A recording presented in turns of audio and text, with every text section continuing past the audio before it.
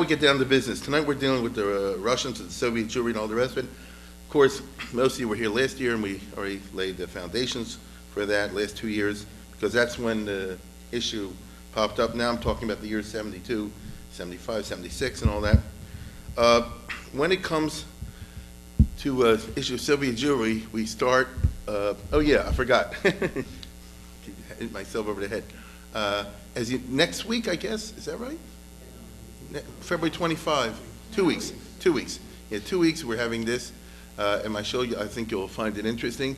I'm hoping to do this in the summer, as I said before. That's my next. I have like 1 or 2 covered, and I need another 4 sponsors to make it happen.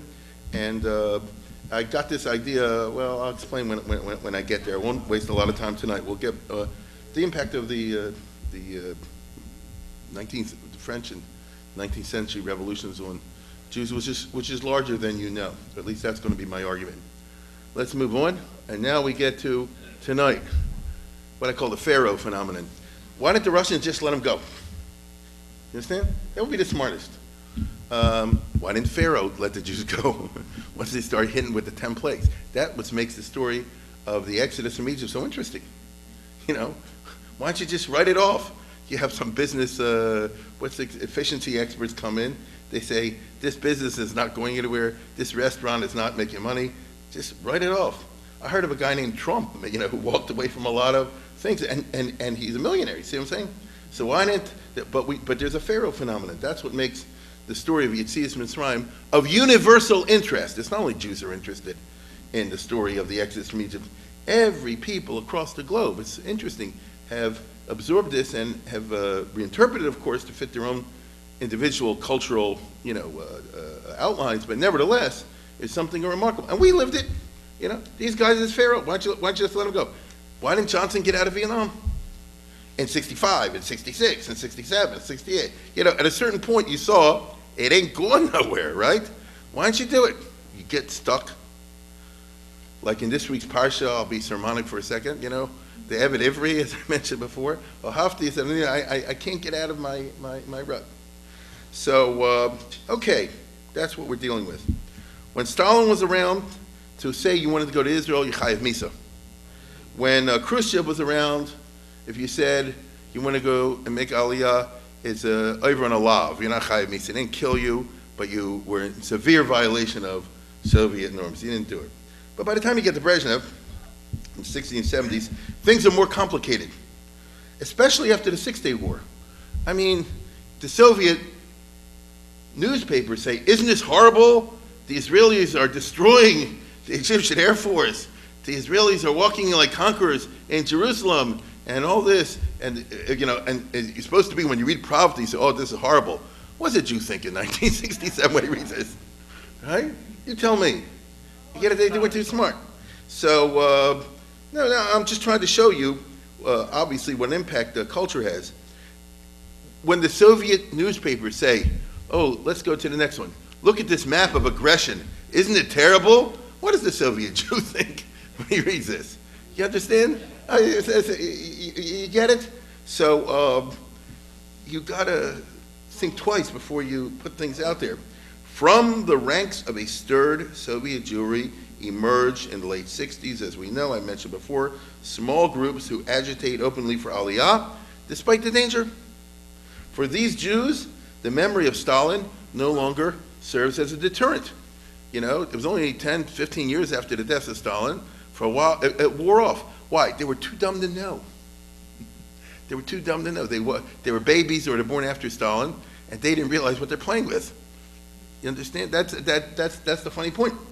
Okay, so they did it.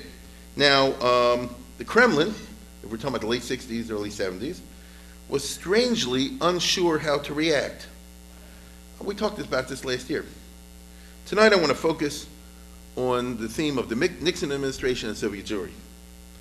With the perspective of today, and that's always what a talk like this does. We look, or at least I would argue, you look at things a little bit different now that so much time has passed and you see how many events played out. With the perspective of today, it's pretty clear that aliyah, or emigration from Russia, rose and fell depending on the state of relations between the U.S. and Russia. Here's the numbers, okay? When things were real bad under Johnson, it was like 100, 200. And the peak years under Nixon, look at that. Then, you know, when the détente went down the tubes, it was much lower. When Reagan was in and we had terrible relations with Russia, look at that. 2001, look at 84. You understand? This was because Reagan was the height of the Cold War, as we all know. So it's clear today that the thing that got the Russians to let people out in any kind of significant numbers, I'm talking about obviously under the communist system, not when communism fell apart, but it was really a function of how warm or the opposite relations were between the U.S. and the USSR. Okay, I don't think people exactly saw it that time that way. Okay, keep that in mind. Now, in 1969, Nixon came into office with Kissinger, and among their maybe the number one priority, or among the top priorities, of course, was the proper management of the U.S.-Soviet relationship. That's who Nixon was. He really put a lot of time and effort into thinking about the two superpowers. China was on the back burner, right? This is before Nixon went to China. China kind of like didn't exist, sort of. The whole Cold War was the U.S. and Russia. That's what they focused on. And they had Dobrynin and these guys talking all the time, behind the doors, you know, not public, but the relation, you know, the relations were intensively cultivated between the U.S. and the Soviet government all during the Nixon years. Although there are a lot of bumps on the way, and I talked about that, Nixon and Kissinger make it clear that they want to pursue, from day one, that they want to pursue a détente with Russia. They want to cool down the Cold War. They want to make it less likely that an outbreak will happen between the superpowers. Things like this, which was the classic liberal position of the 50s and 60s. Okay? All the movies of our youth were, you know, a war broke out like in Dr. Strangelove or Failsafe, you know, because of over-calculation, all the rest of it. If we can only get it rational, if we don't get down to the fact, listen, you don't want to get killed, we don't want to get killed, let's operate on that basis. I'm not trying to change the communist system. As a capitalist, I think one day, just like you as a communist, you're not changing it, one day, on its own. Meanwhile, let's figure out how we can act in a civilized, normal fashion.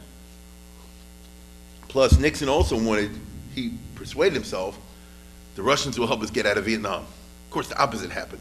But I'm telling you what they thought. What they thought. So there was a very intensive cultivation, but they wanted to pursue détente from day one. As each superpower prepares to do a ballet around the other, what is the balance of power? The Russians have more missiles. By the time of Nixon, if you want to get down to that, the Russians are stronger than us. Right? They have more and bigger missiles. But the U.S. has the economy. The Russians, as we know, always had a very weak civilian economy because the Marxist system couldn't deliver the goods. Right? The command and control economy was like counterproductive. The agriculture stunk. The civilian, consumer culture stunk. We all know this. So a main Soviet goal in the developing détente, maybe the main, is to obtain economic aid from the United States. This is something Lenin tried to pursue with Averell Harriman, believe it or not, in the early 20s. This is definitely something Stalin tried to pursue, just didn't happen. And subsequently, loans, credits, investment, civilian technology transfers, things like that. The Kremlin leaders are not unaware that it's already 50 years since the Soviet Revolution. More. It's a bizyonist that the people don't have the toilet paper. Right? Simple, you know, things like that. You know, we all remember from books, from movies, from news, they're lined up on the streets to buy the simplest things. And by the time you get there, it's gone. So this is a great power. They were aware. Now, by the way, the leaders at the top didn't live like that, but they all understand that everybody at the bottom is, because they're spending all their money on these weapons. So they didn't like that. They wouldn't do the following: cut down the spending on the weapons and spend more on providing consumer goods, but they want to figure out a way, and the way to do it is get money from Nixon, you know, so to speak. Things like that. Perhaps some of you have heard Lenin's famous line. He said, the capitalists will sell us the rope that we will use to hang them.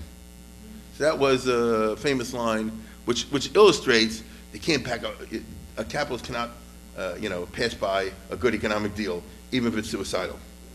This expresses itself in the Soviet government's desire for what they call the MFN, the most favored nation status, which is a term, obviously.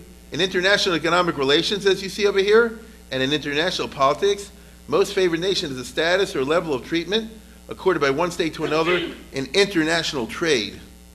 The term means the country which is the recipient of this must nominally receive equal trade advantages as the quote-unquote the most favored nation by the country who's giving them. So the Russians want us to give them most favored nation. Trade advantage would be low tariffs or high import quotas. We'll take in a lot of their shoes, like they used to do from different countries, or take in the goods. Well, we give China, they can bring whatever they want in the country. So the Russians wanted something like that. In effect, a country who is given this status may not be treated less advantageously than any other country with similar status. There's a debate in legal clause about the blah, blah, blah, but that's basically what it boils down to. So it's a big economic boon if you can secure this. In addition, it's as much a matter of symbolism and atmospherics as anything else. The Russians always have a chip on the shoulder. And I'll explain that shortly. It's just interesting. And this will help with that. But it's also true that, well, let me put it this way. They were already buying in this country. There weren't any real prohibitions on Russia trading with us. It might be that they have nothing to give us to sell here. I mean, who's going to buy a Russian car, in the United States? Okay? They were already allowed to buy in America. Look, that's how they shafted us in 1972 on the grain deal. Does anybody remember that? Go to the next one. The Great Grain Robbery, that's what they call it. Right? I found this in the end. Did they call it today the robbery? July of 72, 10 million tons of grain, wheat and corn mostly, by the Soviet Union at subsidized prices. The U.S. Agriculture Department pays the farmers, right, to keep the prices at a certain point. The Russians chopped the Rhine, and they bought the wheat cheap. You follow? So who is it that bankrolled the Russians? We did, the taxpayer, which resulted in higher grain prices in the United States. So it's like a communist triumph, right? They messed our economy up. They got all the grain. They bought the grain because they had a crop failure. What else is new? And so, by the way, that's when you started to worry in this country about Chodesh and Yashan. Until then, if people are of an age old enough to remember, I see many are, remember they used to keep the wheat on ships? Do you remember that? They had so much surplus. We didn't know what to do with it. It was in silos on old battleships from World War II in the harbors. And we were going crazy. The big problem ever since the 20s was overproduction. You get it? Overproduction. That's why the U.S. and the Cold War used to give a lot of countries like India, wheat and things like that. The truth of the matter is more than we can handle. You follow? And the Russians went and bought the whole business up. So once upon a time, the bread you ate was always Yashan because it was from long ago. They had the back stores, backlog of the supplies of wheat. But ever since then, it's not true anymore. Okay.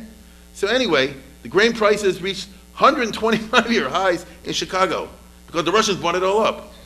In a 10-month span, soybeans went from $3 to 12 to 13 a bushel.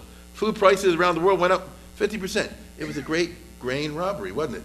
You see, the U.S. government spent $300 million, and by unwillingly subsidizing the Russian purchase, this helped to lead the government to try to get its act together, seeking more information about global agricultural output via infrared satellite intelligence. Ever since then, the government, from a national security point of view, is much more interested in what's happening in terms of crop production around the world because they want to happen.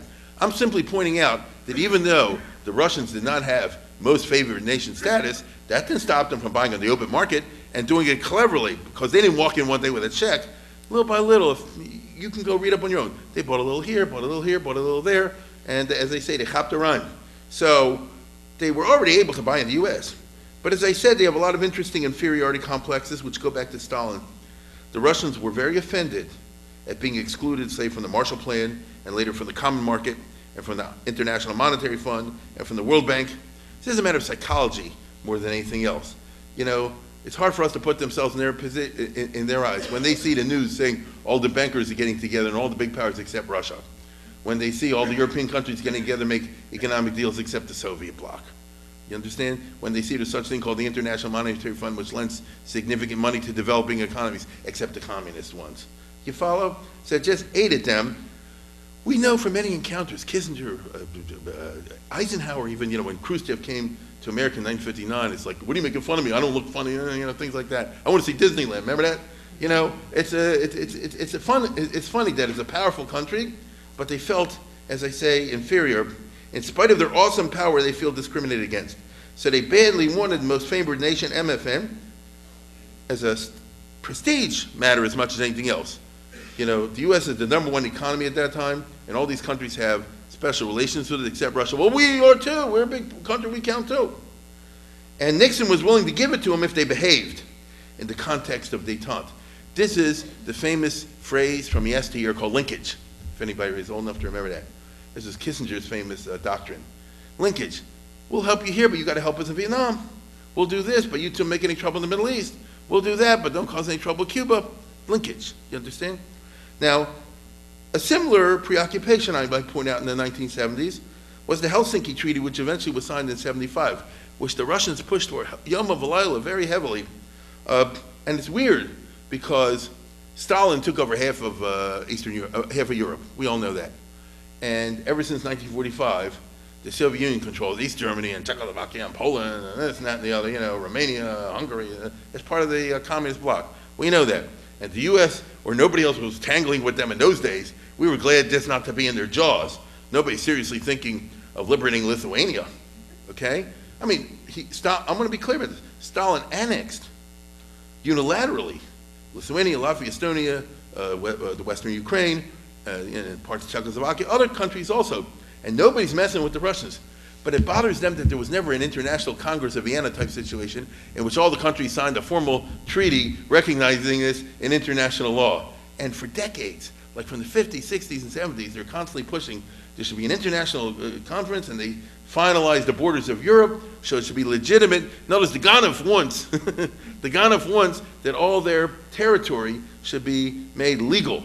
You understand? And therefore this map shouldn't just be a Cold War map. This is the international legally accepted map. It's an interesting aspect of their inferior complex, plus their Europe-centered legalization, what shall I say, fanaticism. But anyway, whatever the case is, the U.S. signed it, by the way. And when Ford was president, the U.S. went to Helsinki. They signed the Accords. They didn't call it a treaty, they called it the Accords, in which, among other things, I'll talk about it another time, among other things, they did agree that, all these countries and things are now part legally of Russia. That's why Ford lost the election in '76. Does anybody remember the debate in which Jimmy Carter said, oh, you gave in the Russia? No, Poland's not under Russian control whatsoever, you know what I mean? And all that, and the country thought that Ford was an idiot, And he wouldn't back off later on. He said, I just meant it, but the Poles are proud people, and they're not under Russia. Like, tell that to the Poles in Chicago, you know what I mean? Tell it to the Czechs in Pittsburgh, that's all you need to hear. So these issues are important. So Russia wants MFN, most favored nation. Keep that in mind tonight. When Nixon entered office, the Soviet Jewry issue already existed, as I described in the last 2 years, but on a small scale. Even the federations were not part of it in the early years. The Jewish established, the Associated Jewish Charities, the other federations. This was not there. In the beginning, it was YU and Stern mainly, and people like that. This is Norman Lamb, right? Before the beard, okay, his nephew. That's who showed up at these things. You get, Orthodox rabbis in Manhattan and places like that, very fine people. It's not exactly on the front page of the New York Times, so to speak, okay? So it was a small scale kind of effort as I've described. These are Tzadikim Gemorim, Jacob Birnbaum, and even, the singer, Karl Bach, and all that kind of thing, and Avi Weiss, and all the other people. No question about that. Riskin, they were out there before anybody else. This is true, but that's my point. At that time, the Jewish establishment, as we call it today, was not on board. And the issue was out there. The press knew about it, but the press did not make a big deal out of it. Look, let's put it this way. If the American public, especially the elites, were willing to ignore the invasion of Czechoslovakia in 1968 in their pursuit of détente, then they were certainly willing to ignore the Soviet Jewry issue. They're not going to let something like that get in the way of improvement of relations between the great superpowers and hopefully lowering the threshold of the possibilities of a war in which could blow up the world. But you know, it's a funny thing, in a democracy they have what they call the pesky truth tellers, right? Some people can go and constantly agitate out there, and they won't let it go away from the public, and eventually the public has no choice but to acknowledge it. You said Forest Park, there was Garrison Boulevard after the famous William Lloyd Garrison, who was the abolitionist, who wouldn't let it go.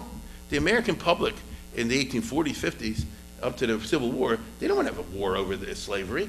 You understand? They said, it'll work itself out, it's bad, you know, let time settle. I don't want my boys to get killed in Battle of Gettysburg over something like that.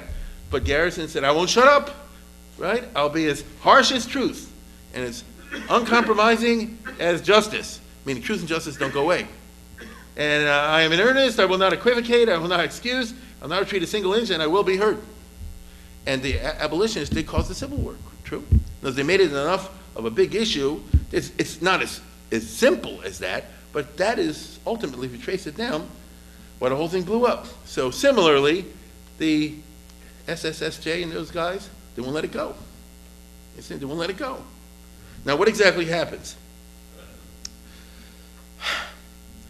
The Nixon administration is aware of this issue. And Richard Nixon was not unsympathetic. Nixon was willing to help on the Soviet Jewry business when he can. I want to be clear about this. He's not FDR, who just said tomorrow, you know, and let everybody get killed. He wasn't like that, okay? But Nixon's only willing to do this in the context of diplomacy. I think if you've been following what I've been talking about last year and this year, you see Nixon had his pluses and minuses, that's an understatement, but he was a consummate diplomatist. No question about that. That was his strong suit. He had his weaknesses, as we know from the Watergate and all that, but he also had his strengths. And being a diplomat was a big part of it. You don't confront, you don't insult, you always treat your interlocutors with respect. Remember, he always talks to Golda Meir, Madam Prime Minister, and all that kind. He loved the formality. That's who he was. He loved the formality, which is a very important part of diplomacy. Okay? Don't insult the other person. If you have something you disagree, you know, you say it in the right way, and you always leave room for the other person, you know, to feel a way out or respect. You try to move things through, what shall I say, civilized negotiations. This is who Nixon was. Now, Nixon, from day one, Nixon, Kissinger, and Soviet Ambassador Dobrynin are talking all the time. I mean, Dobrynin was in the White House like 4 times a week. They discuss all, or the executive office building. They discuss all aspects, of the superpower relationship. We're talking about high-power diplomacy in an intimate setting. And so this was called the back channel. Formally, it's supposed to be through the State Department and the Russian Foreign Ministry and all that kind of business. That's not how Nixon operated for whatever reason. That's not how he did it. But he was talking with the Ruskies all the time. And they were talking about arms limitation and economic issues and this and that, you know, can you help us in Vietnam, and what's going on with the Middle East, and so on and so forth. Big issues. And it did eventually yield results. That's how Nixon ended up with his famous set of summits. And remember, he went to Moscow, and the Brezhnev came over here, and they signed the SALT I and all this kind of business. They did do things, no question about it. Didn't happen overnight, but it happened. Over the course of 1969, 70, 71, and 72, in the context of these secret discussions, at the end of the meetings, very often, Nixon and Kissinger would like throw in, listen, you know, nobody's looking, maybe you can help us with this Jewish business. It'll help us with the Jewish pressure here. You get what I'm saying? You understand? It'll be a favor to my administration. No, that's a very diplomatic way of talking. Can you do me a favor? Can you help me? Whatever you're able to, I'd appreciate it. Very non-threatening. He put it out there, but not in a threatening way. This, my friends, is called the old school approach. That was not only Richard Nixon, that was Lubavitcher Rebbe said that. That's how you should do it. If you remember, the Gedolei Yisrael, the big rabbis, were against the marches. If you're old enough to remember this business, right? They did not like the, SJ and the students, and they don't provoke the Russians and all that. Quiet diplomacy behind the doors. This was the battle among the Jews. Rabbi Meir Kahana said, I guess, that didn't work in Roosevelt, it's not going to work now. So it's a machlokes in approach. But if you want to know who Richard Nixon was, he was definitely with the Lubavitcher Rebbe and Moshe Feinstein, people like that. Now, it's a certain style. Nixon always said like this, You let these people go to Israel. We will not. Let's go to the next one. See, we won't still or hate. We won't tell anybody. We're not going to use it to hurt the propaganda. You know, we're not going to say Russia's a prison house. We're not going to give, what shall I say, TV interviews about how bad Russia is. You know, to go to Israel, live their lives there. They're free. That's it. Just do your thing. You know, be Jewish, and it won't hurt Russia, and it'll help me, Richard Nixon, because I got all these Jews in America down my throat. Maybe you can help it like that. I will say something. It's not ineffective, right? Nixon always put his, you know, there's the Brennan and his wife. He said, listen, you know, after they took the picture, he said, maybe you can help me with the Jewish business. There's a refusing here or somebody there, you know, if you can, when you can, and so on and so forth. And I'll say it was not effective. Look at the numbers. When Johnson was in, it was 200 people a year. By the end of Nixon, it's 35,000 a year. That's a big number, okay? So don't, what I'm doing, make away with the hands. You know, it's an approach, okay? It's an approach. So Nixon could and did claim to the Jews behind doors, his approach is working, détente is picking up. Kissinger says, if we play our cards right, maybe we can get them up to 60,000 a year. Yeah? I don't know if that was realistic or not, but if, my goodness, if you get the Russians getting out 60,000 a year, we can do them up. You understand? And that's what he's talking about. Such is the narrative, anyway, of Nixon and Kissinger. And it is plausible. We won't know because it didn't exactly turn out the way, but let's say détente would have sailed along, got better and better, and so on and so forth. Would there have been an increase, a significant increase, in the number of Soviet Jews leaving Russia? I think so. You know, it seems that way. But life, my friends, is not static. And the dynamics were such that the Jewish public out there, you and I, you know, the people out there, both in the USSR and in the USA, were not willing to sit on their hands and just trust in the stadlonas of Father Nixon. They said, we already made a mistake with Roosevelt, we don't want to do that again, okay? We don't want to do that again. And so we want them out now, and you know, in a big way. The actions of Russian Jews, that means people in Russia, and American Jews in the Nixon years, would have all kinds of consequential consequences, as I say, and unforeseen ones. Now we look back at the remove of 40, 45 years, it's interesting, okay? First of all, during this very time, things are not static in Russia. I think we can say, Vayakum dor chodesh asher lo yodas paro. People forgot about how dangerous Russia was, the younger generation, and they did amazing things. It's almost shocking. They're dealing, I mean, who's Pharaoh? Let's go to the next one. Okay, they forgot what Russia can do if they want to. If Stalin was there, it wouldn't have happened. Okay? So how do you have a dictatorship without squeezing with all your might all the time? Because the Russians, by the time Stalin was dead, got tired of squeezing with all their might all the time. When Stalin was in power, he even shot loyal people just to freak out everybody else. Yes, that's who he was. By the time Khrushchev came in, he said, we don't want to shoot loyal people. You know, but how do you do half and half? How do you do that you're running a dictatorship and scaring everybody, but you're not actually going around day by day and rounding up people every night in those black vans and taking them off? How do you make that work? All I can tell you is the refuseniks took the most unbelievable risks. It's amazing. Look at this paragraph. Read this. The activist new militancy, which bordered on recklessness, was wholly unexpected by both the Soviet authorities and to some extent by the Jews. At one point, during the spring of 1971, an anonymous letter was sent to the Minister of Interior in the Kremlin that sounded as it had been composed by Kahana. It warned the minister to take action against threats and physical violence aimed at Jews. We demand that effective measures be taken to stop such provocations, no matter what their source is, the letter read. Otherwise, we will be compelled to defend our lives and human dignity. If the ministry you head cannot manage this problem, we will have to study the question of finding appropriate self-defense. The time of czarist pogroms and assassinations, when our fathers would perish without defending themselves, are over. This is Russia, you know.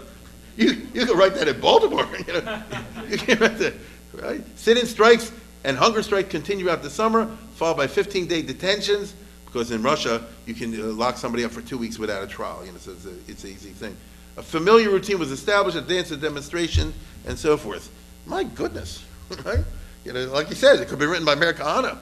You're threatening the Soviet state. So, as I said before, things don't stand still waiting for Nixon to eventually get us out. And then, even more incredibly, if you know anything about the Soviet system, older people, prominent scientists who do remember Stalin, start applying to leave Russia. Here's just one example. Alexander Lerner, he invented cybernetics in the Soviet Union. Right? These are extremely important scientific figures. Now, the point is like this. I want you to understand this. If you were Jewish and you were a good scientist, science and math particularly, you had a pretty good life. This guy had a 4-bedroom apartment. Not everybody in Baltimore does. Okay? He had a dacha, a nice big house in Ocean City, as we would say today. Big one. He shopped in special stores. You won't believe what I'm about to tell you, he had 2 cars. Right?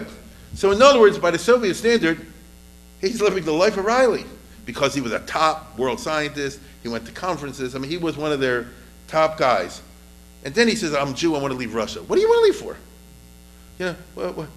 What's the reason? Nobody's persecuting you. Nobody's bothering you. You can do all the science work you want. You have the best, institute conditions and all the rest of it. You have a life that everybody else would kill for. What do you want to leave for? They can't get that, right? In other words, it just didn't make any sense in the Soviet context.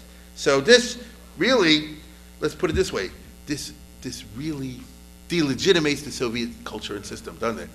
If the people at the top who are benefiting the most say that life here is unbearable, I mean, what does that say if you're a Marxist-Leninist? You get it? What does it say? By 1972, the pattern is set. As détente improves, more Jews are let out, although the Soviet propaganda apparatus blasts them as traitors and so forth. And although the Russians really resented, and I can understand, when educated Jews express a desire to leave, because you guys are on the fast track to live the good life by the standards of Russia. Okay? I mean, this guy could have all the vacations you want, you have caviar up to here. In the Soviet world, what was the #1 luxury spot here's a trivia question. What was the #1 Soviet luxury spot during those years to go for the highest, the best Pesach hotel in Bulgaria? You understand? Oh my goodness, Anyway, because of the Black Sea, hotels. But anyway, by the way, who goes there now? Israeli tourists. No. I have relatives, it's a big spot. Anyway, you haven't lived until you've seen Bulgaria. What can I tell you? Now wait a minute. By 1972, we all know that the shine has worn off of the Soviet Union in the eyes of the world, even the lefties. Used to be a time when they're true believers, not anymore. Here, let's go to the next one. Here's a classic story. Just read that.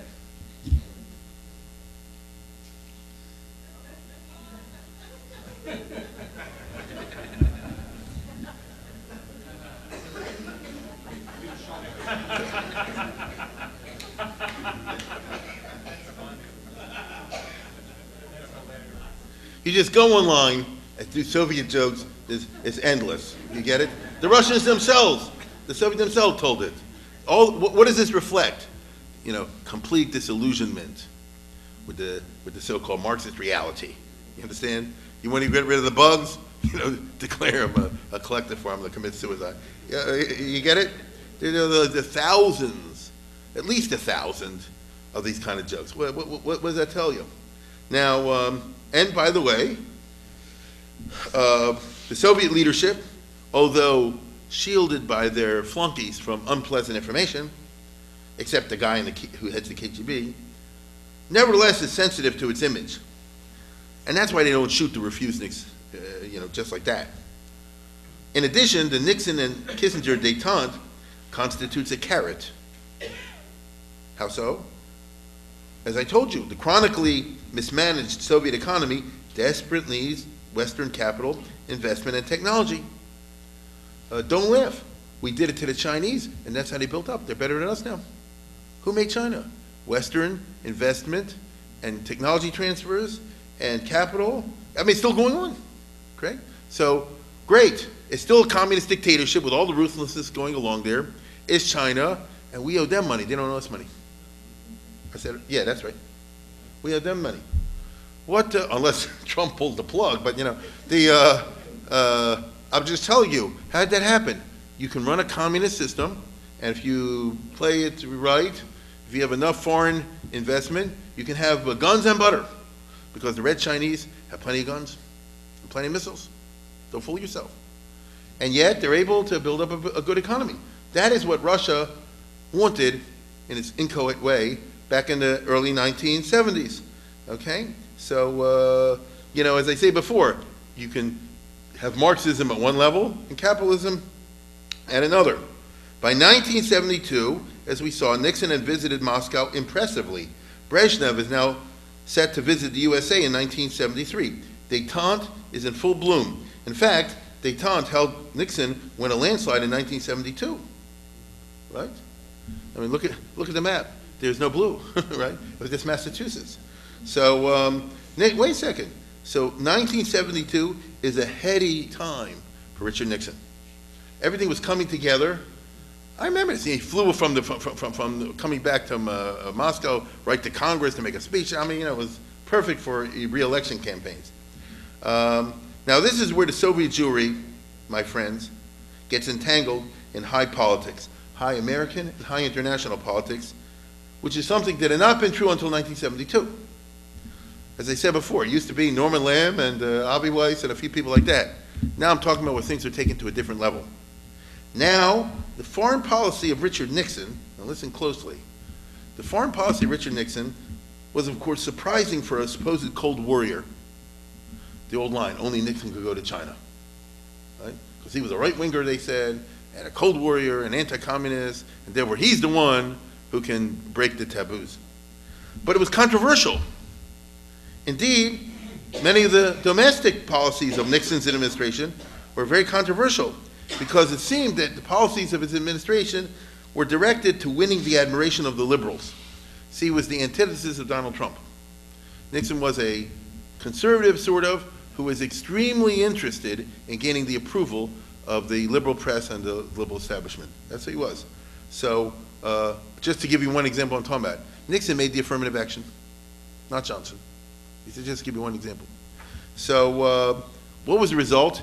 Nixon got criticized by the right wing of his own party. All right, here's remember Buckley? Buckley? He was the leader during the Nixon years of educated, articulate, super conservative Republicans. Remember the National Review? What does it say? The Long March of Richard Nixon. What does that mean? The Long March of Mao Zedong. You know, no, it's Nixon selling out to the Reds. They were a small group, but articulate, and they constituted a whole body of criticism in intellectual terms of the basic policies of the Nixon administration. Now, they didn't have a big following out there, but they were certainly a distinct group. Keep that in mind. Now, what was Buckley saying, those kind of guys? You're giving away the store. You're making too many concessions to Russia. You're also giving too many concessions for the civil rights, for the expansion of the federal budget, for price controls, if you remember that, for increase of the national debt, all these kind of issues in which the Democratic liberals have been shoving down the throats as they saw it. Ever since Roosevelt, you should be turning the clock back. You should be reversing this, and instead all you're doing is actually advancing it. So this was a certain principled critique. But it was not only the Buckley types who were nervous about Nixon's détente giving away the store. There now emerges, by the early 70s, the neocons, the neoconservatives, who added foreign policy to their articulate criticisms of the Great Society. So here we're talking about a different phenomenon, because the neocons are not identical with what now has come to be called the paleocons. Right? That's it, if you know the jargon. And that's it, if you know the jargon. What do we mean? These are people, the neoconservatives were Jews, mostly, not all. They're highly educated people with degrees from elite colleges who are literary. We're talking about before the internet existed. So they're the ones who write, who read each other's stuff, who publish thought pieces in all the prestigious journals and magazines of yesteryear, and who express themselves on public policy, and they do so in good English. And so if you're like that, you have a day, just by virtue of the fact that you're literate and that you're productive. And they're the ones commenting on domestic policy and on foreign policy. And if you're the type that reads that, let's put it this way, they appeal to the educated American who is interested in engaging in the world of ideas and not just the world of the Super Bowl. Right? There's more to it than that. If you care about the direction your country's heading, right or wrong, if you care about what's happening in the foreign policy, if you care about how big or small the defense budget is, whether on the left or the right, but at least you're engaged in the world of ideas, at least you're thinking about what's happening and not just walking like a duck, walking, what do they say, walking over the cliff, not like that. Think. So these are the people who, by definition, do a lot of writing. They're a distinct shave it. As you know, Commentary Magazine emerges as the most important, not the only, but the most important literary organ of theirs. So if you're talking about the early 70s, there are two, if I can use this term, there are two right-wing magazines. There's William F. Buckley, what's it called, the National Review. That's a certain, like the Paleocons. And then surprisingly, you got this Jewish magazine, because the Commentary is officially belongs to the American Jewish Committee, the AJC. Still does. They're the ones that made it, still do. The AJC. And what do you call it? The commentaries, it's surprising. You start to read, already in Johnson's time, they're criticizing the Great Society with the civil rights and the giving away the money and all that, like Moynihan, that type, he was one of them. And in foreign policy, from the time Nixon comes aboard, and they start moving to make all these, what seemed to them anyway, to be concessions to Russia, sometimes big concessions, it scares them. And they don't like Russia because the Soviet Union has now been displaying extremely anti-Israel policies, that's clear, and anti-refusnik policies, if you're talking about the late 60s and early 70s, and there's a general anti-Semitism in Russia, and this has created in America, for the Russians, an intellectual hornet's nest, an articulate group of critics of the Soviet Union. You don't want that. You want people to grumble. You don't want people actually to write and express themselves in coherent and sometimes eloquent fashion, calling attention to what's bad about Russia. And there was nobody really doing that, except these fringe groups like the Buckley. It was a kind of a fringe business. So all we can say, looking back with the perspective of 40-some years, it was a big mistake on the part of the Kremlin. If they would let the Jews alone, I don't think they would have become a whole big neocon phenomenon. A generation earlier, these same types of Jewish intellectuals would have and did give the USSR a pass. If you're talking about the type of New York Jewish intellectuals, as they used to call them, and even if you're not Jewish, they used to call them New York Jewish intelligentsia. No, I'm serious. There are many books on this. Back in the 40s and 50s, Truman is too anti-Russia. The United States is responsible, as they put it, for the start of the Cold War. Russia, the Russian standard of living is better than that of America. They have a better social system. I'm telling you, they gave them a pass. These same types now shift over. By the time you get to 1970, completely different stance. And they say, let's call a spade a spade. Russia is like a Hitler, modified. You understand? This was bad for the Russians. A generation, it used to be Stalin is never wrong, right? That's how it used to be, and not anymore. The neoconservatives now become strident American patriots, advocates of a strong defense budget, which was anathema to the liberals in the 1970s, and in favor of a muscular American foreign policy to fight the Ruskies. They especially want to engage the Reds in an ideological struggle. They want to engage the communists in a war of words and a war of ideas, and they do. This was Moynihan, what I told you last time, right? That's what that was all about. Now, he's not Jewish, but he was a quote-unquote New York Jewish intellectual, if you follow what I'm saying.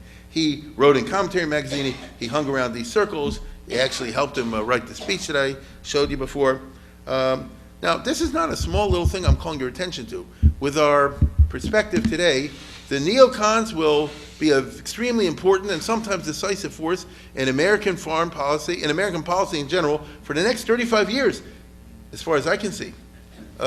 Ford ignored them and he went down. Jimmy Carter, when he ran, he said, I'm all for you, but then he didn't when he was president, and they helped take him down. By the time Carter ran a second time, he was portrayed by the intelligentsia as a weak figure. Reagan was their god. When Reagan got elected, he put all the neocons in the administration. They still say Kaddish for him. Bush not so. And therefore, Bush was portrayed as weak on the foreign policy. And he went down. Clinton totally ignored them, and Clinton, all for 8 years, they ate away at him, that Clinton's foreign policy was highly flawed. Maybe it is, maybe it isn't. I'm just telling you the sustained critique. And by the time, and when Bush came in, Bush II came in, once again, he put all the neocons in charge of the State Department, Defense Department, all that kind of business. And that led, as you know, to the Iraq War and things like that. This is who Bush was. And this discredited the neocons. And when Obama came in, he completely rejected him. So for 8 years, they're chipping away at Obama, who ended up having an image as someone who doesn't know what he's doing in foreign policy, which may be true, may not be true, but I'm simply saying that this is the rhetoric you get in the commentary magazines and all those similar types of, Daniel Pipes, the whole network of these kinds of critics. What's really interesting to me is Trump is weird in this regard, in that he's a right-winger, but the neocons during the election of 2016 made the mistake of constantly criticizing him. Elliot Abrams and the others said like this: we're conservatives, but Trump is crazy. We're not voting for him. I remember over and over again, all the neocons who thought Hillary's going to win, they said, Trump, we're against Trump. Well, he had a long memory. Surprise, surprise. And so when he got elected in November of 2016, which is not that long ago, I read about it, all these guys sent in their resumes, they sent them back. Okay? The group that, it's just weird. Not weird, but it's interesting that, the group that Trump has in there, General Mattis and Kelly and these other guys who had Tillerson, they're not neocons. It's a different thing. We have a different, constellation of forces. McMaster, they're not New York Jewish intellectuals, no connection with them whatsoever. You understand? I'm not saying, once again, it's not good, it's not bad, it depends on your point of view. But as a phenomenon, you see that the rise of the neocons, stirred by the Soviet Jewry and Soviet anti-Israel business, became a very, very important force in American politics and American policy for the next 40 years or so, roughly. So it's interesting. Now, the attitude of the neocons towards the USSR in 1972 happens to dovetail with that of Senator Henry Jackson of Washington, who now enters the most important, he died in 1983, so he now enters the last and most important decade of his life as a figure in world history, and as a figure in Jewish history. That's what I'm interested in the Jewish history. Now, Scoop Jackson, as they called him, he was born like my mother, 1912. So he didn't live, he died when he was 71 years old. So put that in there. So that means that by 1972, he's 50. He's not that old, right? And, I'm sorry, 60. Now, what do you call it? This is 1972. Jackson was elected in 1940. Right? He was in the Congress at the time of Pearl Harbor. He went back a long way. He was in his 20s, he was already in elected office. It's interesting. Now, from Washington State, as you know, he was a senator since 52. So we're talking about somebody with long legislative experience, and he's one of the heavy hitters on Capitol Hill, long before this, okay? One of the most experienced politicians in Washington, D.C. Now, his politics was that of what we call the old school Democrats, I would say. The Truman, Roosevelt, Kennedy Johnson thing of yesteryear. He was a classic pork barrel senator, Democrat. That's what you do. The state of Washington is 23rd in population. They got 17% of the federal budget. Okay? They had more than a sixth. So they gate this, you know what I mean? Now, I might point out, maybe you are aware, you got Boeing over there. They all live on federal contracts. Agree? So this is what it was. Now, he was an old school Democrat, which means he was a liberal but a cold warrior. What do I mean when I say he was a liberal? Jackson was exactly a New Deal, Great Society guy. He's in favor always of civil rights. He's always in favor of the labor unions. He's always in favor of expanding, Medicare, Medicaid, Social Security, and all that kind of stuff, all the social programs. He was a faithful voter for FDR and Truman and Kennedy and Johnson. Okay. But in the foreign policy, he's from the old school, and he was very anti-communist. There's a lot more to say, but I can't do a whole night on Henry Jackson. When he was in his 20s, he was elected as a district attorney in some little town in Washington, and he prosecuted the brown shirts, which was the Nazi group at that time. You understand? It's an interesting story. You can go online and look it up yourself. But in the 60s, he's the only important Democrat who's totally pro-Vietnam War. I mean, all the way through. And he tried to run for president in 1972. He was totally out of step with the Democratic Party's dominant left faction. That's why McGovern won. Okay? I mean, Scoop Jackson didn't have a chance. Okay? So that means that he never would become president. But in the last decade of his life, under Nixon, Ford, and Carter, Jackson constituted what I would call an alternative government, a whole little operation over there. People don't know this. This is Dorothy Fosdick, not Fearless Fosdick, Dorothy Fosdick, who was a famous lady once upon a time, but at least she'll be in a minute. Her father was the most famous Protestant preacher of the 20th century, Harry Emerson Fosdick, if that means anything to you. If it does, shame on you. How do you know about that? Anyway, the big church in New York. If you're a Protestant, his sermons are still being reprinted and all this. Very big left-wing pacifist guy and all the rest of it. Dorothy Fosdick got a PhD from Columbia University in the 30s. She was Assistant Secretary of State under Roosevelt in World War II. Okay? So you understand, at that time, a woman did not get a job unless super. Okay? She had a policy planning staff. She's not just somebody. And in 1955, she becomes the chief of staff for Senator Henry Jackson. And she's his Secretary of State and Secretary of Defense. She is the one who's head of his staff in analyzing all the foreign policy and national security business. And she puts together a very powerful team of smart people in Jackson's staff. He's not the typical senator. Now, it so happens most of these people end up being Jewish intellectuals, Cold War intellectuals. So they used to call her Bubby, but she ain't no Bubby. She's a WASP, ultimate, from the highest circles and all the rest of it. And she was with Jackson all the way through, from 55 till his death in 83. I mean, it's just interesting. She is a Cold Warrior. These are the people who really see the communist threat. That's who they were of yesteryear. And they say Eisenhower is too soft on Russia. Kennedy and Johnson are too soft on Russia. Nixon's ridiculous. His mom is giving ways to it. This is their perspective. You understand? These are the people who said, we want to be liberal, but precisely because we believe in a liberal America, that's why we recognize that communism is the greatest threat to freedom. And how come people aren't talking that way? Why are people only talking about they want to get a bigger share of the national budget for social welfare purposes, but nobody thinks about the fact that we have to protect this country against people that want to take it over and undermine it? And what's that? Now that's who she was. Let me put it this way. What's happening by 1972? You have all these groups that constitute an intellectual opposition to the Nixon-Kissinger policies. You got your neocons, you got your Scoop Jackson Democrats, and who are small. You have your Buckley Republicans. So these are three small groups, but three small groups start to add up to something. They'll be part of what they later called the Reagan Coalition. And they think that Nixon and Kissinger are giving away the store, especially when he signed the SALT I Treaty, Strategic Arms Limitation Treaty. If you know its terms, the U.S. gave up all rights to have any kind of defensive missiles. Nixon just said, well, listen, if we all blow each other up, we blow each other up. No point in digging bunkers and things like that. And they allowed the Russians to have more throw weight. Got very technical, if anybody is old enough to remember that time years ago. And, MIRVs and, and all kind of new, what shall I say, increasing technologies of destruction. And Nixon simply said, I guess, we're madmen. We're mutual assured destruction, MAD. And therefore, if a war breaks out, it's all going up anyway, so all these kind of things don't matter. All we need is enough to blow up Russia.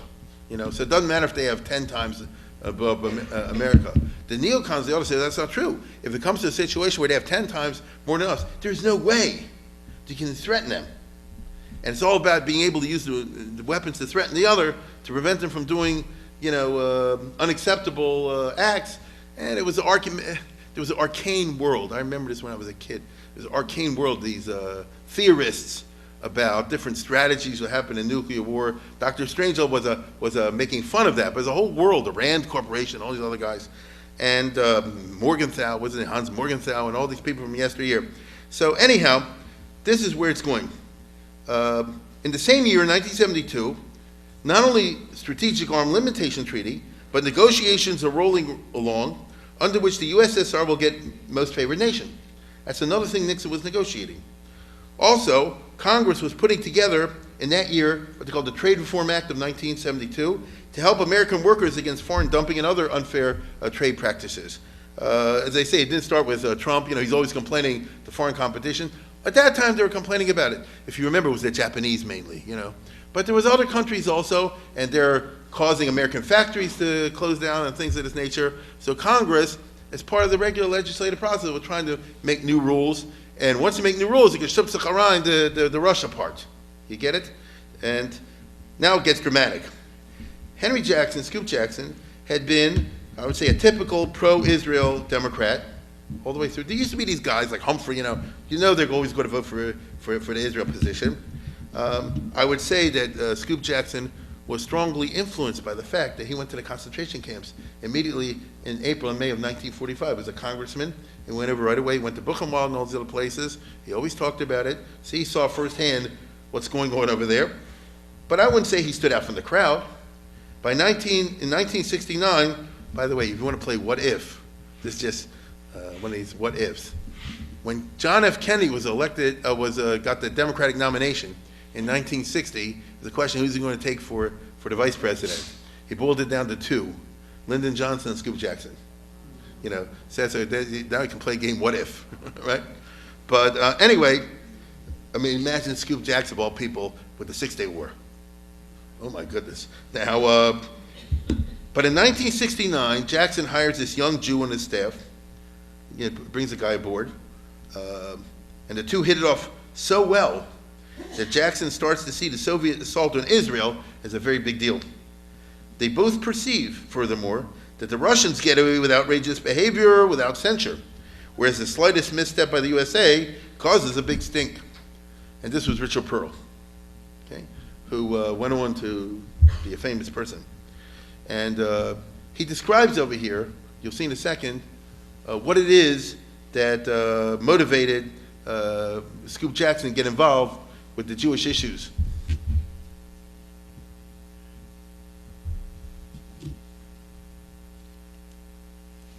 Scoop, and this has been reported in many places, many times, was profoundly affected by his experience as a young prosecutor in Snohomish County dealing with the brown shirts, the fascists. He was profoundly affected by what he saw at the liberation of Buchenwald, because he flown to Europe and joined up with the U.S. forces that liberated Buchenwald. He was very much committed from early on to the establishment of a Jewish state in Palestine, and signed declarations to that effect for the creation of the state of Israel. And Israel embodied everything that was of real value to Scoop. First of all, its construction of the remnant of the Holocaust, so a sense of entitlement. Secondly, perseverance, the hard work, and even the sort of left-leaning social policies. Scoop was a man of the left on social and domestic policies. Then, as time evolved, Israel as a reliable ally was important to him, and Israel as an obstacle to Soviet ambitions in the Middle East. So all of these things came together and made Scoop passionately a supporter of Israel. Jackson Vanik flowed from two obvious things. One was Scoop's commitment to human rights and his abhorrence of totalitarianism. And as he used to say in debate and many conversations,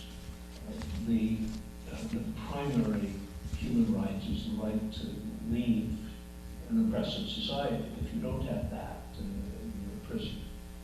And so everything, it was sort of a market-oriented approach. If people were free to leave, governments would have to bid to keep them there. If you build walls, it's another matter, and fences. But if people can go when they find conditions unacceptable, governments will be obliged to make conditions acceptable. And so he thought it was the first among individual rights. And Okay. so here you went. You can see, if you Google it, you'll find the rest of the stuff if you want to. But I think you get a little bit of a picture of what I'm talking about. Now, I don't think any of us knew it at the time. Henry Jackson and Richard Pearl by 1972 have had it up to here with the Nixon-Kissinger giveaway as they see it. They want to attack Russia a la Moynihan, in other words, with words, with rhetoric, and call the Russians to account. And they do so counterintuitively because at that moment, détente is literally at its peak. The plot thickens. In 1972, that same year, refuseniks had planned to take advantage of Nixon's visit to Moscow. They had planned to get publicity and maybe exit visas by making a stink when Nixon's there and all the international press. And maybe the Russians would get nervous about that. Well, what did the Russians do? A week before, the Kremlin arrests everybody or exiles them, kick them out of town, and they're not there when Nixon makes his visit for a few days. And Nixon was too much of a diplomat. Here, let's go. Here, these are all the images when Nixon's at the Kremlin, signing all these very important treaties. You know, they are strategic goal limitation, not a small thing. And he's not bringing up over here, why'd you throw these Jews out of town or something like that, you know, professor, this guy or that guy. That's not going to happen. It's not Nixon's style. So what shall I say? The atmospherics look good, but the Russians are so angry after Nixon leaves, the communist bureaucrats are enraged that the Jews would have tried this, and their chutzpah, especially the scientists and other elite Jews who have it so well, that one of the Soviet officials, a minister, an important government official, but not A-level, a bureaucrat, he decrees an exit tax, what they call ukaz of 572, government decree, which basically says like this: since we educated you, so you can't leave unless you pay $5,000 for a BA and $10,000 for an MA and $20,000 for a PhD, something along those lines, which of course is, I'm talking about in dollars, which is beyond possibility for a Soviet Jew, right? They can't pay that. And anyway, what is this business, the Middle Ages? You know what I mean? Those relating you out. It's literally like Pharaoh, you know? You sell them one at a time. This was a big mistake, because in doing this in August of 1972, he handed Scoop Jackson and Richard Pearl a weapon. Nixon in Moscow had negotiated two treaties, I told you, the SALT Treaty about the missiles, and the Comprehensive Trade Treaty, which is signed by Pete Peterson, who was a famous person once upon a time. He's Greek, Pete Petropoulos, you know. And he was, Fortune 500. He was Secretary of Commerce. And he negotiated an economic treaty with the Russians. They finally settled the debt issue. The Russians, ever since the communists took over, they repudiated the debt. You know, Russian people and state had owed U.S. money. And when Lenin took over, he said, we don't owe you a penny. At that time, it was a different America, so they said, we don't have a diplomatic relationship with you. So for 12 years, the U.S. did not recognize Russia. And then when Roosevelt came along, the Russians said, we'll settle it, but they never did. Finally, Nixon said, let's just get this over with. So the Russians agreed to pay $750 million, and that'll settle the whole business, you know, and all the rest. I'm just saying, this is what they do. Well, they expected to get a lot of credits back in return. It was certainly great for Russia. I mean, the U.S. is going to give them credits. That means that it's equivalent to giving away money. And Nixon was really dumb in this. The reason I say Nixon was dumb, that would just help Russia go on for another 20, 30, 40, they'd still be there.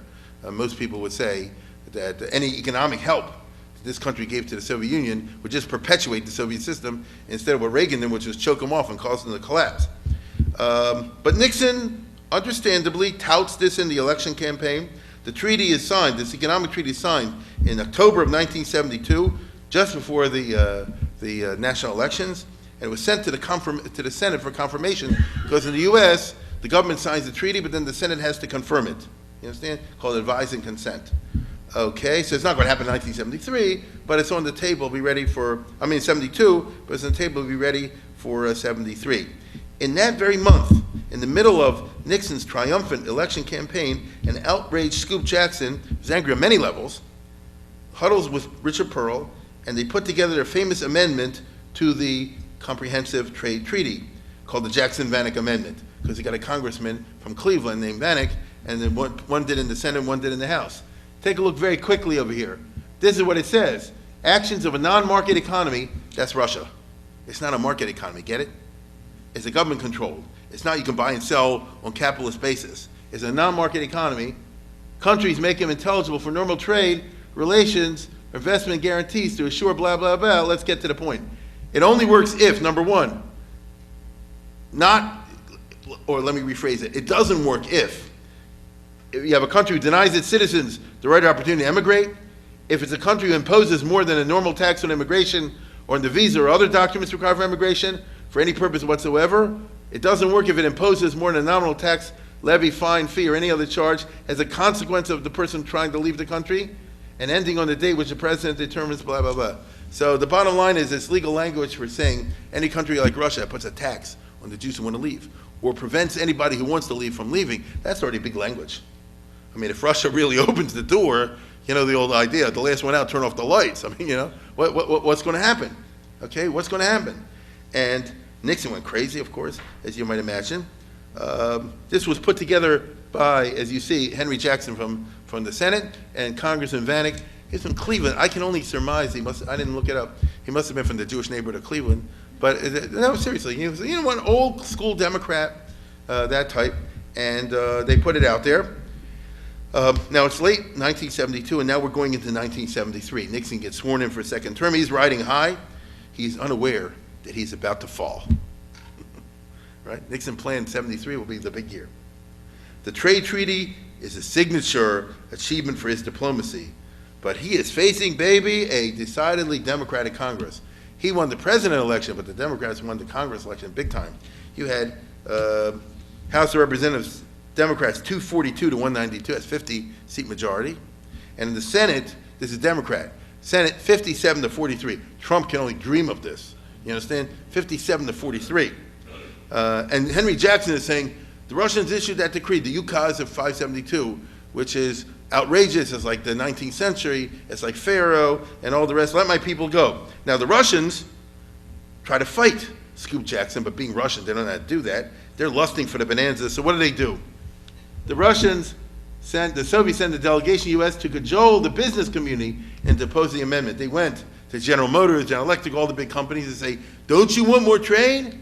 Among its arguments, delegation threatened the legislation would increase anti-Semitism in the Soviet Union. It will increase anti-Semitism in the Soviet Union and would adversely affect the 90% of the Jews who want to remain. 90% of the Jews in Russia want to remain, okay? 0.9% of Jews want to remain. It likewise alluded to the potential for growth in anti-Jewish feelings within the United States. This is ham-handed. You understand? The Soviets can't help being who they are. You know, in their crude way, they think that these are arguments that have worked in American public policy in the 1970s. Look, we all know, let's go to the next one, the Russians are who they are. You understand? They're not going to change. The Russians are who they are. Now, Brezhnev is coming here in June of 1973. Brezhnev is hoping it'll be a triumphant visit crowned by the ratification of the treaty. Brezhnev hoped that when he gets there during his time, feelings would be so great. Let's go to the next one. Remember, Nixon sent him to all the parties and all the rest of it. Brezhnev is figuring he wants a successful trip. They'll sign the treaty. He'll come back literally bringing home the bacon. You understand? And billions and zillions of contracts will pour into Russia, and the Soviet economy will go up. Nixon wants the success, obviously, for his own reasons. And so when the Jews and Jackson now want to introduce the Jackson-Vanik Amendment, Nixon loses it. You understand? He's furious at the Jews.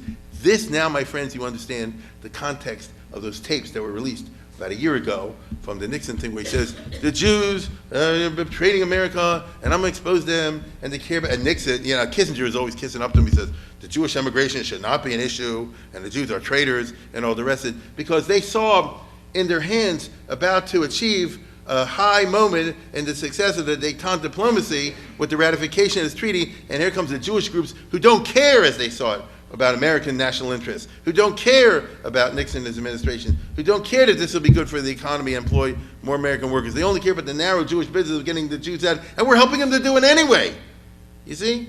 So for another 10,000 people, you're willing to screw up the whole international system and cause greater tension between the superpowers? How terrible it is.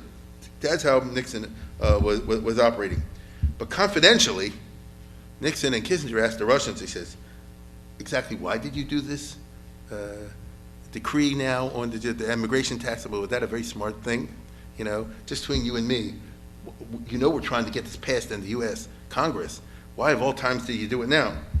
And Dobrynin, the Soviet ambassador, says it was a mistake. It was a low-level screw-up. You know, there was a minister of education, I think it was, who's not important in the Soviet hierarchy, and he just issued this and so forth. So Nixon said, I guess, let me get this straight. So you're not actually going to implement this, right? Between you and me. And Dobrynin said, that's right, we're not going to implement that. So Nixon, because they did the Jews, listen, it's not really happening. It's not going to happen. So don't make a whole fuss of this. And Nixon goes to Gromyko, and he says, can't you improve the atmospherics over here? Can't you give me if I could tell the Jews to go a couple more? You understand? And that'll, I mean, for your own sake, for help of Russia, okay? And like I say, not on national television and not in public to embarrass anybody over here. And when Brezhnev shows up, Nixon says, can't you help me out over here? And Brezhnev, of course, in his wonderful way, said, well, we'll give you a couple more kikes, you know, something like that. So off the record, you understand? This is what you're dealing with. So, and an excited Nixon, when Brezhnev says that, calls Golda Meir. And he says, call off Scoop Jackson. No, listen, if Israel gets 50,000 a year, a year, coming in, and by the way, not to Vienna and all that, straight to Israel, in 10 years you have 500,000 Soviet Jews. You know, this is what Ben-Gurion was dreaming of, you understand? 50,000 a year. And the Jewish leadership, you know, because Golda calls the federations and all these other people, and Jackson starts getting hit on by, you know, all the leaders of the Jewish establishment, you know, the American Jewish Congress, American Jewish Committee, and the Hadassah, and this and that and the other. Leave them alone. Now, let's understand this. Golda Meir, I get it, she's a Jewish particularist in classic Zionist fashion. If this Aliyah possibility, I was like, if you can get 50,000 Jews out of Russia, it is every year, oh my God. We can understand that, agreed? We can understand that. Look, Moses did not say to Pharaoh, why don't you remove your oppressive economic slavery policies towards the lower classes. Moses said, you do what you want to the others, let my people go. B'nai B'chari Yisrael. The story of the Exodus is a highly particularist one. Moses did not say, let's change the slavery and bring it like Abraham Lincoln, you know what I mean, and bring in a liberal system. He said, you do what you want. B'nai B'chari Yisrael, but let my people go. And then you can do what you want, let the others fend for themselves. It's always interesting to me that the Exodus stories captured imagination of so many around the world. But obviously what they do is they say, B'nai B'chari, you know, Russia, B'nai B'chari, England, B'nai B'chari, Africa, whatever it is. They internalize in their own terms. It's not a liberal story, right? It's a highly particular one, a very Zionist kind of story. Henry Jackson says no. He's the Rock of Gibraltar over here. He said, despite pressure from Kissinger and Nixon and the Jewish establishment, he would not give in. Here, listen to this.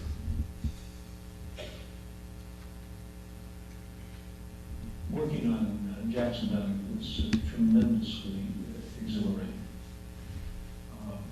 And you knew that you were helping someone who was totally committed, who wasn't going to see this go away in some last-minute compromise, who knew exactly what he was doing. I remember one meeting which has been reported in a number of the books and articles that have been written about Jackson Havoc, but a meeting with leaders of the Jewish communities in 1973, I think, maybe 1974.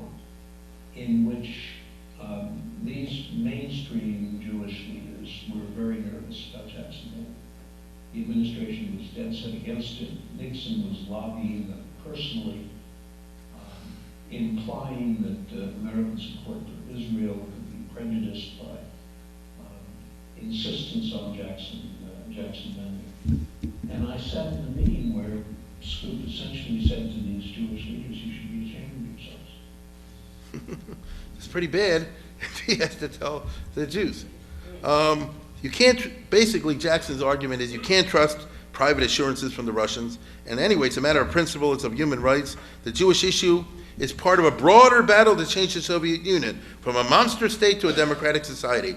Human rights is the Achilles heel of a regime which is working 24/7 to overthrow America, aided by the stupid policies of Nixon and Kissinger. That's what he says. And all of a sudden, we see, my friends, that a parochial Jewish issue about Soviet Jews had become a world issue.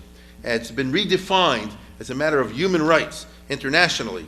It so happens, by the way, we know from our perspective today, that the seeds of the destruction of the USSR were indeed planted in the 1970s, not by the missiles and military, but by the war of ideas and pitiless publicity. Okay? What took Russia down in the end? People like Solzhenitsyn. If anybody ever read the Gulag Archipelago, after reading 20 pages of that, even less, he's like, Russia's, right? All negative. It's unbelievable. I still remember when I read it in the early 70s, after it's over, you closed the book, and you want to like kiss the American flag or something like that. You know, like you can't believe it, but you know what Solzhenitsyn does. And he's a Russian. He gives case after case after case after case after case after case of what they did, and then he overwhelms you with the stories and the level of the quantity of the material. So let's put it this way: words were more powerful than missiles. And there emerges now in Russia somebody, again, who's not Jewish, Andrei Sakharov, as the, what shall I say, the conscience of democratic Russia. Andrei Sakharov made the Russian H-bomb. He was their physicist. He made the H-bomb. So he, again, lived a very privileged life. But he morphed over time into a person who says that the dictatorship you have in Russia is evil and has to be replaced by freedom. You understand? It's words that sound quaint today. So sorry that they do. And what does he say? The head of the Committee on Human Rights, which he started, underscored in a letter to the Congress of the USA that legislative action to attach a minimal condition for the consummation of détente agreements, including trade, was appropriate. He's a Russian. He's backing Scoop Jackson. And he's writing this letter to America, reflecting Congress' obligation to assume its historic responsibility before mankind. So again, Sakharov, the #1 Russian physicist, is telling the U.S. Congress, you guys have a moral responsibility to stand behind Scoop Jackson and stick it to the Kremlin. Sakharov. So he appealed for an endorsement amendment, and he urged Congress not to abandon democratic principles in place of blackmail. I know the Soviet government has sent over these businessmen, and they're talking that kind of ham-handed business. Do not listen to them. Stand up for what's right. No one ever put it in these terms. What's right and what's wrong, what's moral, what's immoral. So the people who are emerging out of this, start of the Soviet Jewry issue, have far transcended the very narrow question of can we get another couple of Jews out, you understand? Which is understandably the way Nixon and Kissinger operate. You can't blame them. They said, listen, we're producing results. And these people have taken the issue to just another level, to another plane. The Soviet Union cannot win this particular battle. As they said before, this is taken, you know, Stalin used to say, how many divisions does the Pope have? But Abraham Lincoln said, right makes might. Not might make right. Right makes might. And that's what turned down in this case. You hear what I said? Right makes might. In his famous speech in Cooper Union on the issue of slavery. Okay? And what does Zola say so famously? Truth is in the march and nothing can stop it. And Russia, the Soviet Union went down under a constant battering of truth. Not of lies, but of truth. They're the masters, as we know from the recent election, of misinformation, of sneaky tricks, of lying and all the rest. That's what Putin does, that, all the rest of it. The only countermeasure is something they're not used to, that they can't handle, which is you tell the truth about them, and that freaks them out. So it's in there. Now, wait a minute. On the other hand, Golda Meir was the prime minister of Israel. And Golda Meir said like this, I know about that, ich bin Aid. You know, I want to get my people out. The classic Zionist position is we can't save the world. This is classic Zionist. We wish every country well. We wish everybody to be a democracy. But we can't hold the Jewish people hostage for that until then. Russia will have to work its own problems out in its own time. Meanwhile, let's get whoever we can out of Russia and get them into Israel. You follow? That's what it is. What did they do in Ethiopia and these other places? They can't change the African countries around, so let's get the Ethiopian Jews out of there and get them to Israel. What do they do around the world whenever the Jews are in trouble? He said, we're not out to change your country. We just want to get them out of there and get them in Israel. So if she has a real possibility, if Nixon can pull it off and get 50,000 or something like that, significant numbers a year, that's men, women, and children who will now be living in Eretz Yisrael. My goodness, what's there to talk about? So you have this interesting clash. The refuseniks in Russia side with Sakharov, right? The refuseniks in Russia could have cut a deal, I think, that's my opinion, could have cut a deal with the authorities and said, we will not support the human rights campaign of these Russian liberals. We're just basically going to segregate ourselves from the Russian liberals and just make this a strictly Jewish kind of a business. And like I say, everybody else can stew and we'll get out. But they don't, for a wide variety of reasons. And so as a result now, public opinion changes. The New York Times crowd, of all people, starts to side with Scoop Jackson. It's a moment in the history of culture, what I'm describing. I can't do justice to it in a talk no matter how many hours I go tonight, but you get the general idea. The broad American public, who's always been deeply suspicious of the Ruskies, who were messing us over in Vietnam at that time, and in the Middle East and elsewhere, the American public turns from its former admiration for the Metternich policies of Kissinger, and it turns to the principled stand, as they see it, of Henry Jackson, who, as is very famous, when Emile Zola died, the famous eulogy of Anatole France was, the godless of Zola was he became a moment in the conscience of mankind, by standing up for Dreyfus and for truth. So Jackson over here became a moment in the conscience of mankind. He said, Russia is what it is, and the whole thing stinks, and the world has to say the truth, and has to help the Russian people. You hear what I said? Help the Russian people get rid of their oppressive regime. That's not being anti-Russia, it's being pro-Russia. Being pro-Russia at the highest sense. The Soviets, seeing which way the wind is blowing, just canceled the treaty, right? We're not interested in it. We're not going to be insulted. We are a great power. We don't have to put ourselves through all this. Nixon is getting weaker and weaker politically. He goes down in flames in August 1974, as we know, still opposing the Jackson-Vanik Amendment. The new president is Gerald Ford, but my goodness, right after Ford gets elected, they have the congressional elections of 1974. The Republican Party is crushed, okay? So you have the figures over here. Look at that. Trump reads this and cries, The Democrats, 61. That means the Republicans didn't even have 40 in the Senate. In the House, at 291 to 144. These are big numbers, okay? There was a lopsided Democratic majority in the Congress of 75 and 76. So let's put it this way. Ford has no power. You get what I'm saying? He can't really, it's not true, he can maneuver, but he doesn't have, a Congress behind him on anything. And so, what's the result? The new Congress passes the Jackson-Vanik Amendment in January of 1975. Okay. Kissinger is freaking out. He's in despair. The Russians would like to close down Jewish immigration now. But the issue has taken on a life of its own. Because every foreign VIP, remember Ted Kennedy went there, and from England, and from whenever they go there, now you visit refuseniks. Do you remember such an era? Right? There would be big machers. They would come and have at a Seder in somebody's house. And then what can the Russians do about that unless they want to close the whole relationship down? All the dirty tricks of the KGB fail to dent the movement. The Russians have no counter-argument because that's the hard part. Why don't you let the people go? Let me say it again. Why don't you let this woman go? She wants to move to, what is the reason? There's no argument for that, you see? And so Jews will continue to leave, against the Russian will, but the numbers do go down, don't they? See? This is the only exception. We'll talk about this next episode. Jimmy Carter tried to get the SALT II. So to build that up, but that's the exception. Afterwards, it goes down. And contrary to popular belief, the longer the Soviet Jewry lasted, the Soviet Jewry movement with the marches lasted, the worse situation it was for the emigration. Hear what I said? It only changed when communism collapsed. But if you're talking about the 80s, this is Reagan, in the 80s. The numbers who actually got out of Russia are very small. So since the New York Times crowd supports Jewish immigration, and that's what happens now with the change of the culture, so the Jewish Federations get on board. Okay? At this time, the New York Times had its editor, the famous A.M. Rosenfeld. You can't say Abraham Rosenfeld, it sounds too Jewish. But A.M. hides everybody, right? Yeah. So he's the most Jewish Jew ever in the New York Times.